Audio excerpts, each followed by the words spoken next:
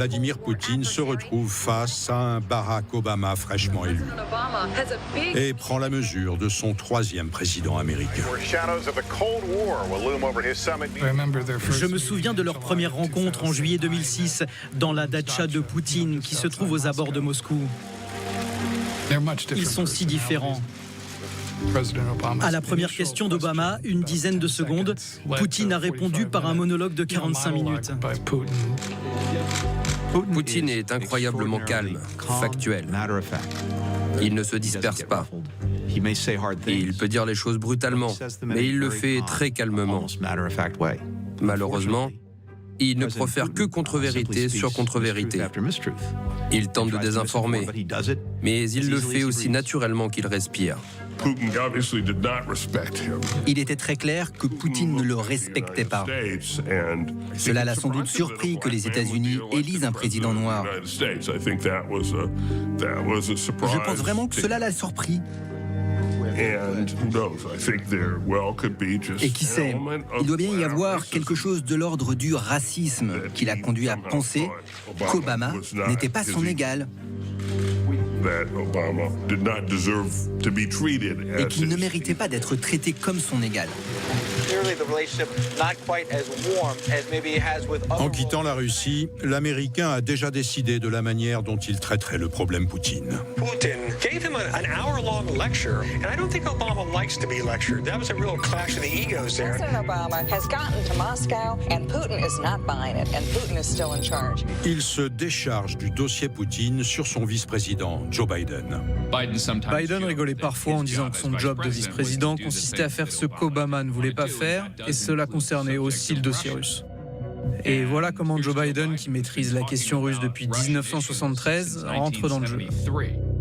Ils ont dit, voilà Joe, ça c'est votre problème.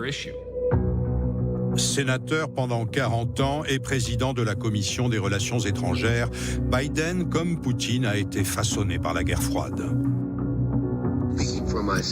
Pour ma part, je ne fais pas confiance aux Soviétiques. Je ne crois pas qu'ils puissent faire autre chose que ce qu'ils veulent.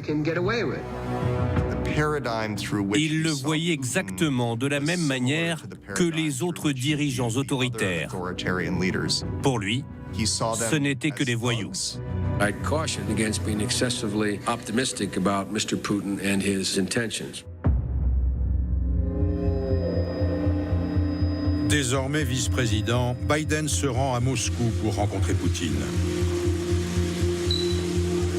Devant les caméras, les deux hommes sont tout sourire. Mais hors champ, les choses sont bien différentes. Poutine est combatif.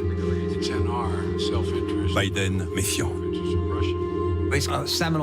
C'est une rencontre fondatrice parce qu'ils ont construit toute une mythologie autour d'elle.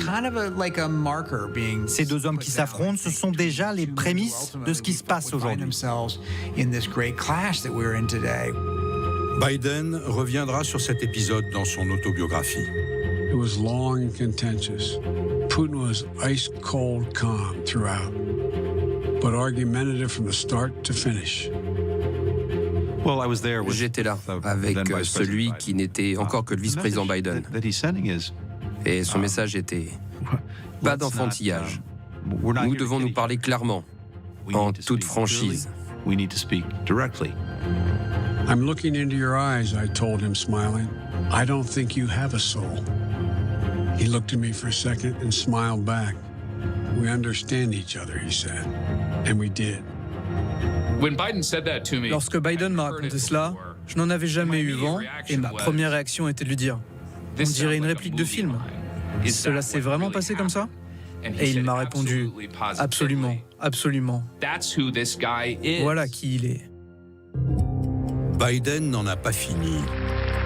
Devant des étudiants, il exhorte le peuple russe à tenir tête au régime de Poutine.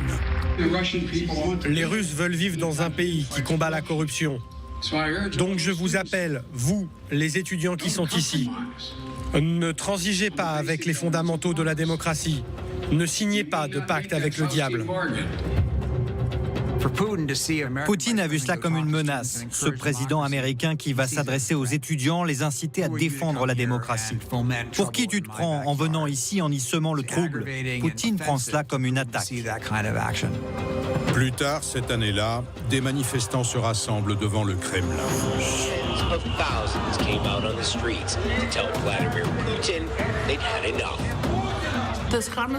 Des centaines de milliers de personnes sont dans les rues et crient « Fini Poutine !»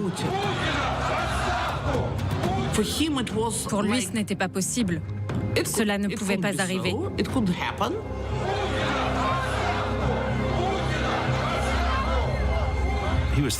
Les manifestants le ciblaient. Il a été pris de court par la force de cette opposition. Et il lui fallait trouver des responsables. Et les responsables, c'était nous. Poutine réagit d'une main de fer. Russian police have arrested about 200 people. The arrests appear to be part of a broad and deliberate crackdown. Questions about justice in Vladimir Putin's Russia. Ils ont commencé à lancer une série d'arrestations, de placements en détention, d'actions contre les leaders de l'opposition, de persécutions dans les médias. Puis ils se sont mis à persécuter des centaines, voire des milliers de personnes dans le pays.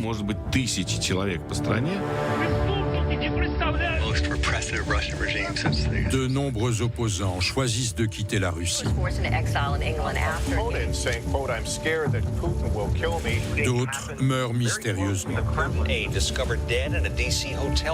Vladimir Karamurza manque de mourir 2 fois empoisonné. Le taux de mortalité a fortement grimpé ces dernières années chez celles et ceux qui ont tourné le dos au Kremlin. Les journalistes indépendants, les militants anticorruption, les opposants. Beaucoup sont morts, certains dans des circonstances inexpliquées, d'autres assassinés. L'offensive de Poutine déborde des frontières de la Russie et s'étend au territoire ukrainien de la Crimée. Sa campagne commence avec l'envoi de soldats russes banalisés. Ils ont envoyé ce qu'on a appelé les petits hommes verts. Très clairement, avec leur comportement, leurs armes, c'était des militaires professionnels russes. Mais sans insigne. Cette invasion, l'arrivée des petits hommes verts, envoyés incognito dans un pays, la Crimée, c'était choquant. Cela n'était pas arrivé depuis la Seconde Guerre mondiale. Une fois la Crimée occupée, Poutine déclare qu'elle fait désormais partie de la Russie. Et il ne s'arrête pas là. Il ouvre un autre front dans l'est de l'Ukraine. Là, il a utilisé une autre forme de tromperie. Il n'a pas envoyé l'armée régulière, mais des mercenaires recrutés pour cela. Et Poutine a pu affirmer « Les forces ne sont pas engagées dans cette guerre ». Même si en réalité, il tirait les ficelles en coulisses. Ukraine crisis looks pretty similar to World War II. We are seeing a very gross violation of international law. Ce n'était que le début de ce qui allait devenir l'obsession de Poutine, s'emparer de la totalité de l'Ukraine. The humanitarian crisis in Ukraine is getting worse and worse. Frightened residents have been warned to stay indoors. Il s'est senti pousser des ailes, puisqu'il a pu faire ce qu'il avait voulu en Géorgie et que personne n'a rien fait pour l'arrêter. An average of 36 people a day were killed in the conflict.